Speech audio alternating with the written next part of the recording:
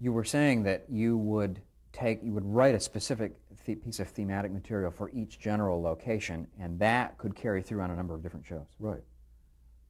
Now, we scored each individual show, but probably the hardest thing to do is to come up with material.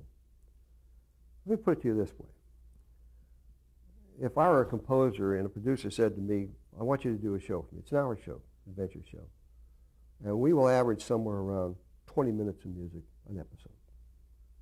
And we're going to do 30 shows for the year. That's 600 minutes, 10 hours. And we're going to be on the air for 5 years. So I want you to write me 50 hours of music. You're talking about a greater output than Brahms, Beethoven, and Bach put together. And with that in front of you, you wouldn't be able to start. Now, nobody in his right mind is going to say that he writes totally original music for every show. And anybody who does that is a fool, because you live off of material. And if you can develop generic material that you can modify and you can change and you can make accommodate the scenes, you're that much further ahead, because you can't write 50 hours of original music. And besides that, you would be leaving your audience. It's very much like the case of the Andy Griffith Show. It's an identity. It's an identification that they can hang on to. So if I had a piece of generic material that I knew was going to last me for 11 shows, that isn't all we used. But we did use that. And we were able to adapt it so that it carried a framework from show to show. How did you come up with the theme for I Spy, and how complex was that main title to score? That main title was innovative in as much as it was the first main title that I know of, maybe even in film, that used graphic art, live action, and superimposition, because if you remember the shape of the title, it started with graphic art, almost like a cartoon figure. It was Culp. And then he runs into the I in I Spy, or he runs into the P or something. It disappears into the letters. I had it right first time. And that rolled into him standing there with the bomb and throwing the bomb. And that rolled into him looking down at an inner frame of the current things that were happening in the show you were going to watch, which incidentally was later changed because they were tipping the plot for people who were really watching it. That was done by an animation company called Format Films, as I remember it, and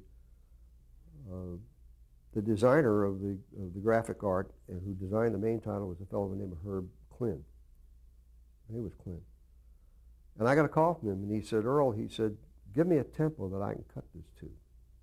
And I said, give me an hour, because I hadn't thought about any of it. And I sat down and tried to figure out what kind of pattern and tempo I would like to have that in. And in graphic art, you can't cut into the middle of frames. It had to be a 9-frame, a 10-frame, an 11-frame, so they could cut frames in sequence. And I called him back and I said, Herb, I need a 10-frame. That'll do for me.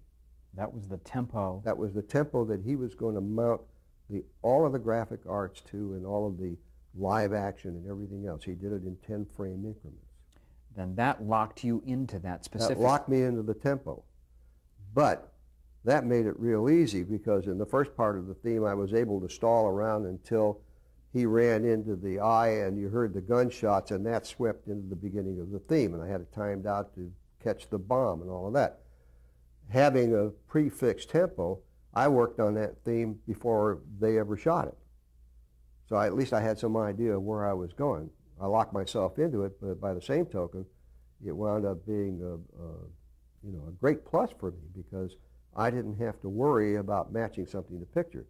And he cut it in the exact tempo, so that I didn't have 10 frames and then the next one 8, and the next one 7.5 or something. Or it couldn't be a half, but 7 frames. It wasn't episodic. It was done to a beat. When you came up with that theme, had you already seen any footage that may have been shot? Was there a pilot already? I think there was. I honestly don't remember it, because we shot the pilot in Hong Kong, and it was several months before we went into production, I think. A couple of months anyways before we went into actual production of the finished film. And the pilot was not the first episode on the air. The first episode on the air was a show that was shot in Hong Kong. I'm just wondering if you were inspired by any of the visuals when you came up with the theme. No, the visuals I don't think were cut in. I did it pretty much from the storyboard. Okay. As a matter of fact, there were no geographic visuals. There were signposts of Spain, Italy, and so forth that were moving by as this figure who was playing tennis suddenly turned around and came up with a gun in his hand. So there was no pictorial visual involved in that title. It was animation. And then when it came alive, it was close-up of Culp. Excuse me. And then the action-adventure that went down below were very small frames. Musically speaking, though, there is a kind of undercurrent of action-adventure in that theme. Sure. That was, again, you say, why am I writing this? I can't use that on the Andy Griffith Show. And I can't use the Andy Griffith theme on I Spy. So I got to write something that's for I Spy. By that time, excuse me, I had read probably 11 scripts or so. Certainly the ones that were involved in the Far East, or in Japan and in Hong Kong. And I knew pretty much what the action was. And there was unquestionably a travelogue and an adventure series. It was an anthology with running characters from show to show. What, if anything, do you know about any problems the network might have had with casting a black person in that series? Well, I was in the office with Bob Culp and Sheldon when the network called and said that they were not going to okay Bill Cosby. They didn't want to have a black actor because they were afraid of losing the South. Losing the South in terms of station clearances? I guess in terms of people not wanting to view a black actor who is living in the same room with a white actor, and is he going to wash his face in the same basin, et cetera, all of the bigotry problems. And they were concerned about audience factor. And Sheldon just said, then we don't do the show. And he hung up and he turned around to Bob and he said, Bob, I don't think we're going to do the show. And a couple of minutes later the phone rang and it was a network and they said, let's go ahead with Cosby. And we did the show. And Cosby was not an actor and became a pretty good actor.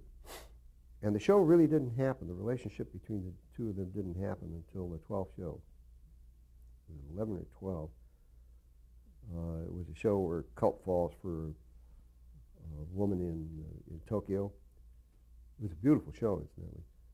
And Cosby has her tagged as being an agent, and he's going on a date with her, and Cosby won't let him by. And they had a fight where they just beat each other to pieces, and Culp finally prevailed, and he started out the door and couldn't go because he knew Cosby cared about him, which turned the story around, and then they set up a decoy for her. But that relationship really happened in that show. From that time on, it was solid.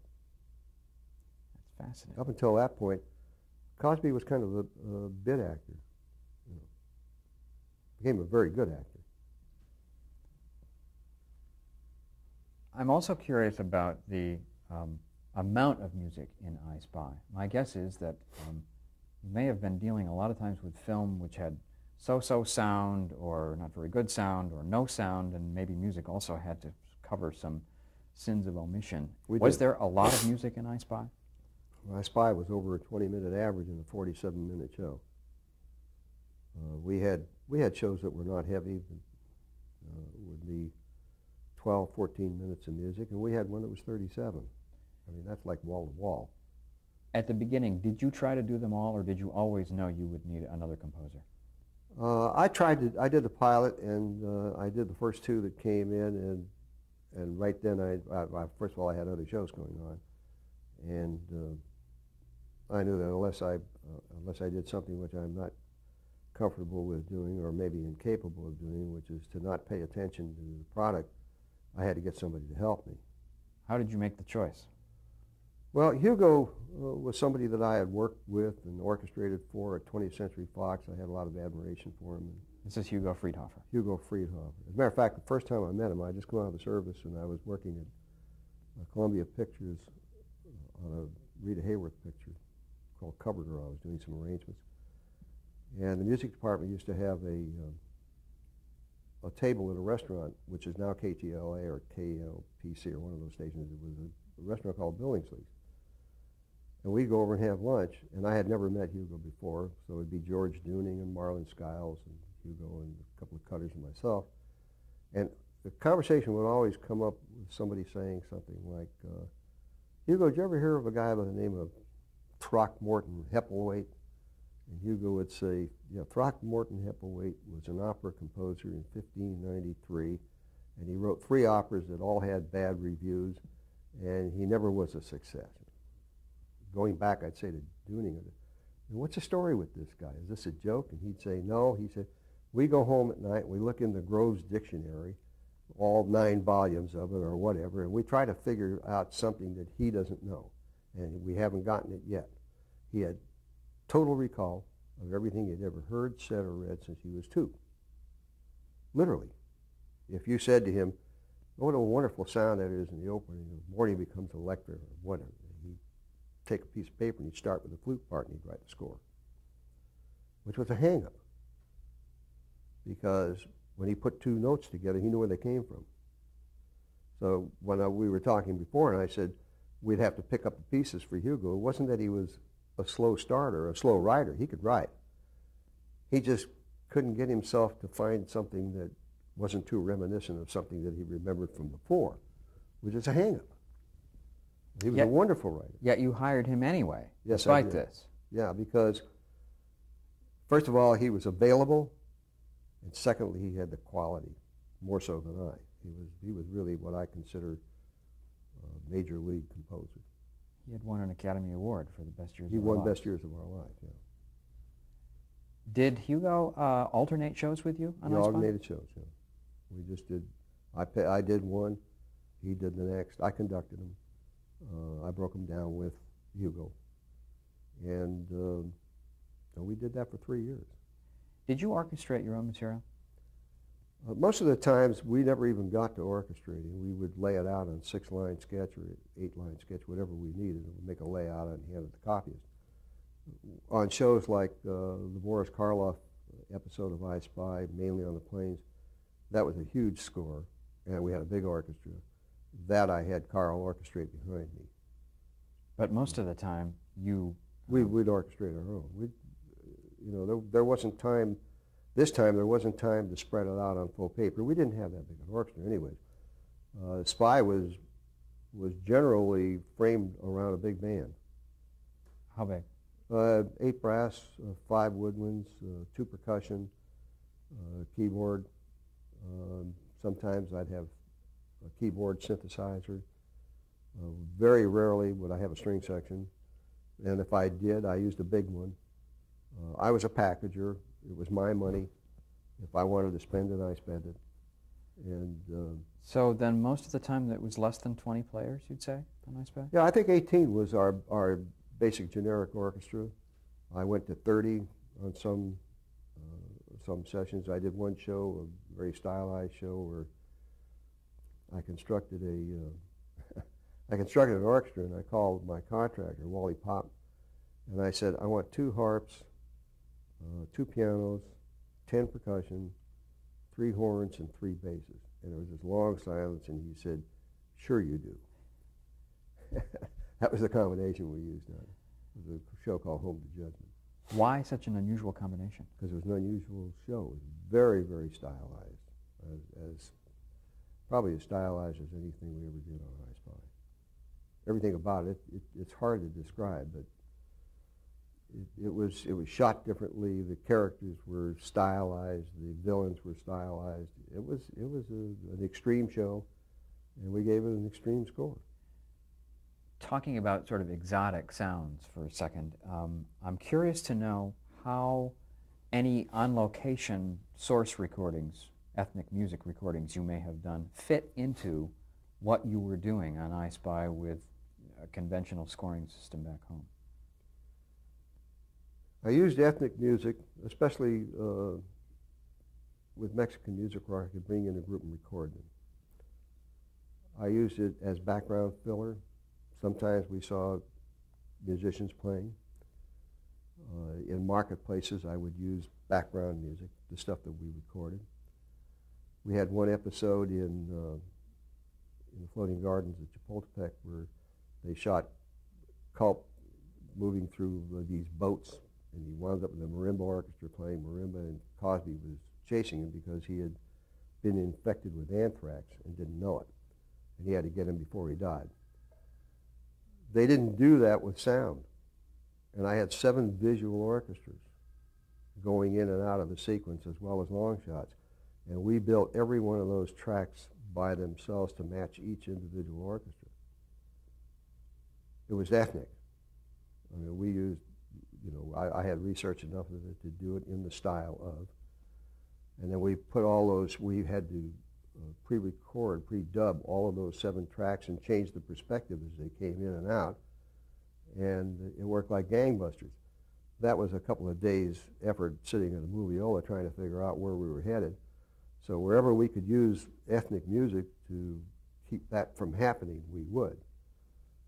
In some of the shows, one of them in particular, for which I won the Emmy, we were on the island of Rhodes after being taken into custody in Greece, and we shot a little dance company. We had some 3-piece orchestra, as I remember, and some dancers. And one of the orchestra told me that he had recorded ethnic music for a broadcast on the local Rhodes radio station. And we went to them, and I bought the reel, and it was real live people, shoe cobblers, dressmakers, or whatever, playing the music. It was authentic. And I sat we had a boat that slept 60. That was used in the show, and that was our hotel in the Aegean. I sat and tried to catalog that music so that at some later point, if I needed it, I could use it. And I ran across a clarinet cadenza. It was all it was a guy played a G minor chord. I think it was an accordion, a cymbalum, and a bass. And they played G minor, and the clarinet player started on the bottom of the instrument, played a cadenza until he ran out of breath. And they played a G diminished G minor, and he'd go up a notch. It lasted about 5.5 minutes. And it was exciting. It was wonderful. And I just marked on a double track because I had done that before in earlier episodes. And I knew sometime I was going to get a chance to use that. And it came about in the Greek show called Live with Janet McLaughlin, and it was a love story between Bill and Janet McLaughlin. And there was a scene where an assassin comes in and searches the room because they're suspicious that they're agents. And it was very stylized. It was done with Aeroflex handheld cameras, and this guy did everything with a knife, opened the drawers, rifled through the clothes, and so forth. And Culp comes in on it. He doesn't see him, but he sees everything is in disarray. And the guy jumps him, and there's a close-on handheld camera fight. Very stylized, very dark. And I went to David Freak, and I said, David, I got an idea for that sequence. And he said, okay, what is it? And I said, I'm not sure yet, but I know it's going to involve taking out the sound effects. So he said, okay. That was a pretty big decision. That was a major decision. And Sheldon said to me later on in the day, he said, David said that you're going to score that fight sequence in Lio without sound effects. Are you going to catch the fight? And I said, I don't think so. He said, what are you going to do? I said, when I finish thinking about it, I'll let you know. I took that clarinet cadenza.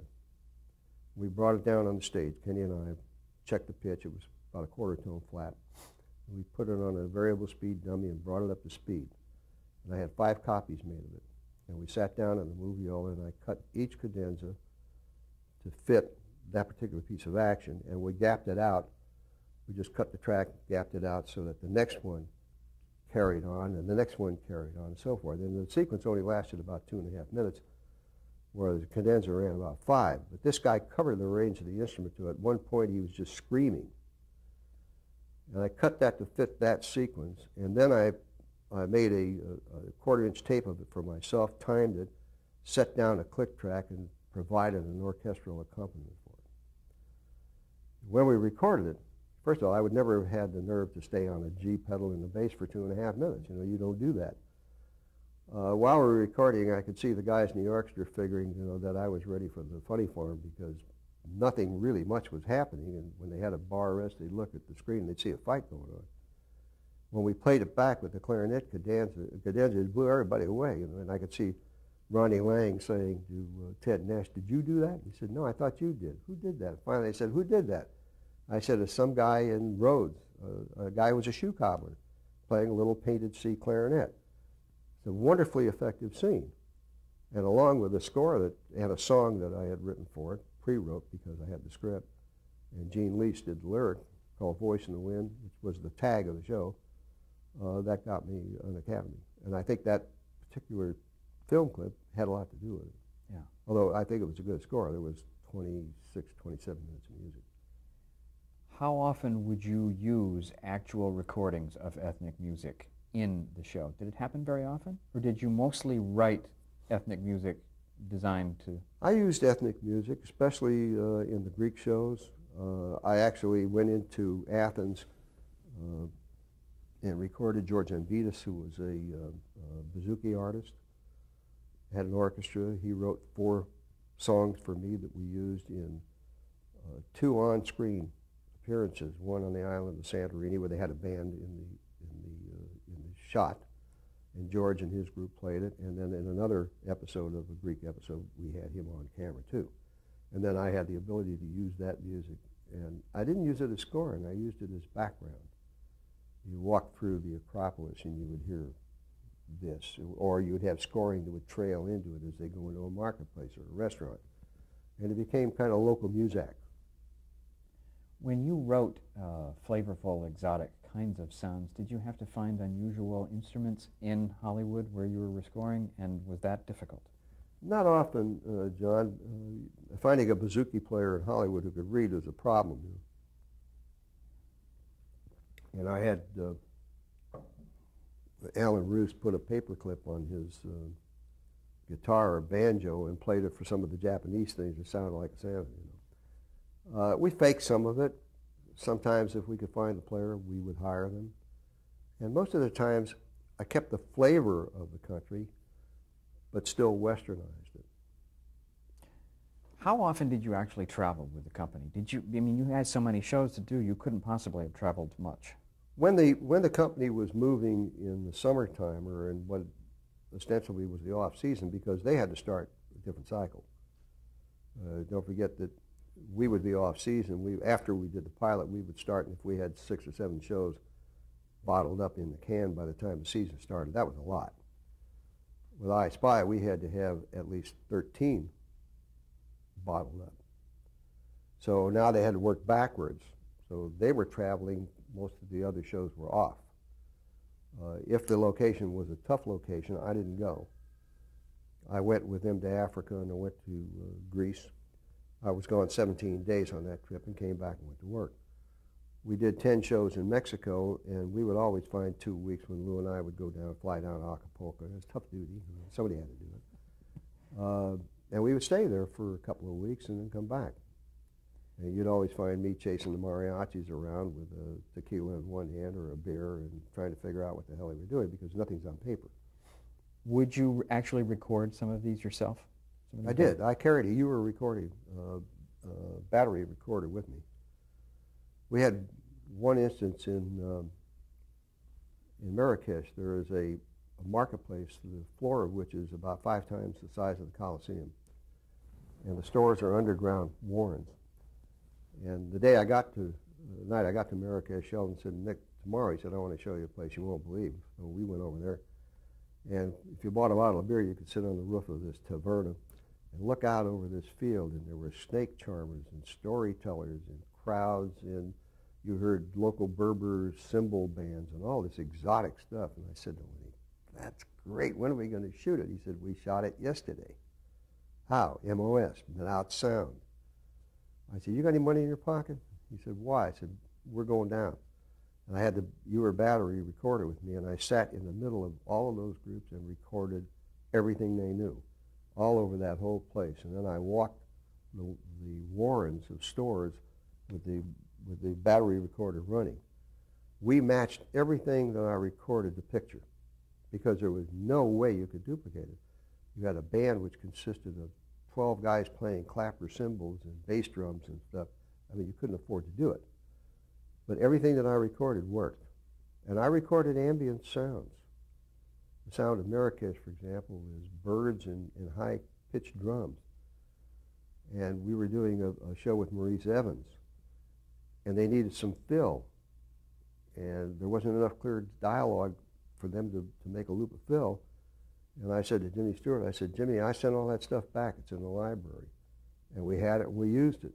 Wherever there was unusual sound, I recorded. Jimmy Stewart, again, was the mixer, the dialogue mixer. Okay. And particularly involved with filling background, you know. Do you have a favorite episode of I Spy in terms of a favorite score in addition to Laia, your Emmy winner? Yeah, I think there were several of them. Mainly on the Plains, which was the show that they did with Boris Karloff, which was shot on the La Mancha Plains. It was freezing cold, and he was wonderful. Why was that a favorite of yours?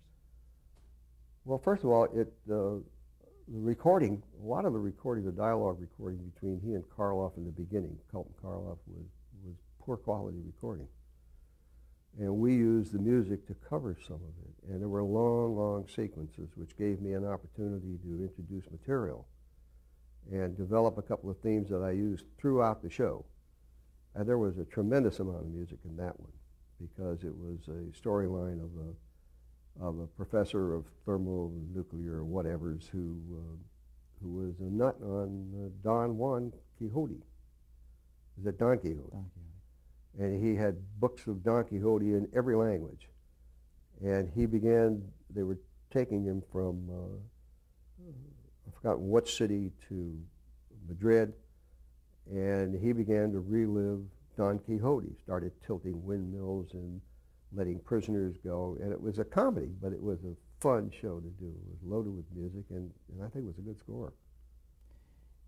Did the opportunity present itself to write character themes for Culp and Cosby? And if you did not, why not? I wrote a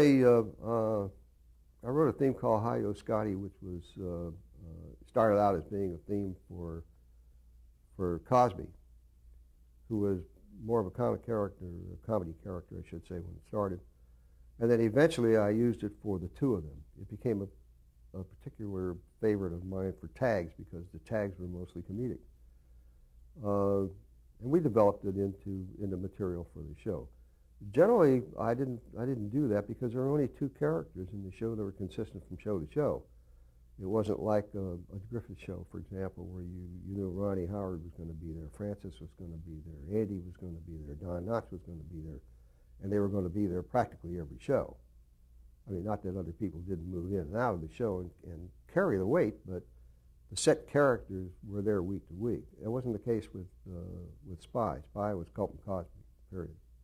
And always different locations. Always different stories. Pretty much always different locations and different storylines, which brought in different leading characters. And that show, I was more inclined, both Hugo and I were inclined to go off the content of the show rather than the character. Okay. We should take a break here and change tapes.